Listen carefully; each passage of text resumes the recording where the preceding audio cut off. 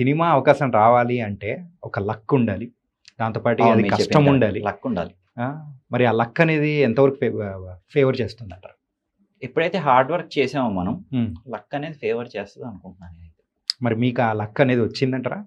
వచ్చింది కాబట్టే కదండీ ఆస్కార్ వరకు ఎళ్ళగలిగాను. అది కూడా ఇండియా నుంచి. ఇప్పుడు ఎంతమంది బాలీవుడ్ ఇండస్ట్రీ ఉంటది. One of the biggest industry. ఇండియాలోనే బిగ్గెస్ట్ ఇండస్ట్రీ. హ్మ్. హిందీ సినిమా ఇండస్ట్రీ అనేది. తమిళ్ ఇండస్ట్రీ ఉంటుంది. వాళ్ళు కూడా చాలా చాలా బా తీస్తారు మూవీస్. కొన్ని కొన్ని మూవీస్ చూస్తే మీరు హ్మ్. చాలా బావుంటాయి. తెలుగు వాళ్ళు కూడా అసలు 'రాజమౌళి' గారు కొన్ని సినిమాలు అసలు కొన్ని కొన్ని సీన్స్ అసలు one of the best movies yeah! తీస్తుంటారు. సో, అలా మెల్లగా నాకైతే మీరు చెప్పిందైతే నాకైతే ఉందని అనుకుంటున్నాను నేనైతే. 97థ్ ఆస్కార్‌కి మీరెళ్లారు. అవునండి. కాకపోతే ఈ ఇయర్ 98థ్ ఆస్కార్ జరిగింది. కాకపోతే అందులో మన ఇండియా నుంచి మూవీస్ కనీసం నామినేషన్ వరకు గూడా వెళ్ళలేకపోవడానికి గల రీజన్స్ అంటే ఏం జెప్తారు?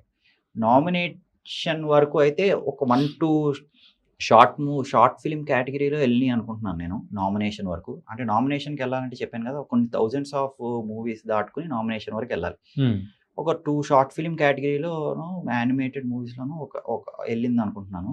కానీ ఇండియన్ ఆరిజిన్ ఉన్న ఒక ఒక వాళ్ళు విన్ అయ్యారని అన్నారు. కాపోతే ఇంకా ఇప్పుడు 'ప్రియాంక చోప్రా' గారున్నారు. హ్మ్. 'ప్రియాంక చోప్రా' గారు అసలు మన ఇండియా నుంచి మన ఇండియన్ ఫిల్మ్ మేకర్స్‌కి చాలా అక్కడ ఏమన్నా నామినేషన్ వరకెళ్ళినా అదంతా చాలా హెల్ప్ చేస్తారని విన్నాను నేనైతే. హుహు. అక్కడ వాళ్ళ టీము హ్మ్. 'ప్రియాంక చోప్రా' గారి టీము, జాన్స్ గారి వాళ్ళ టీము చాలా హెల్ప్ చేస్తారని విన్నాను నేను. హ్మ్. దాంతో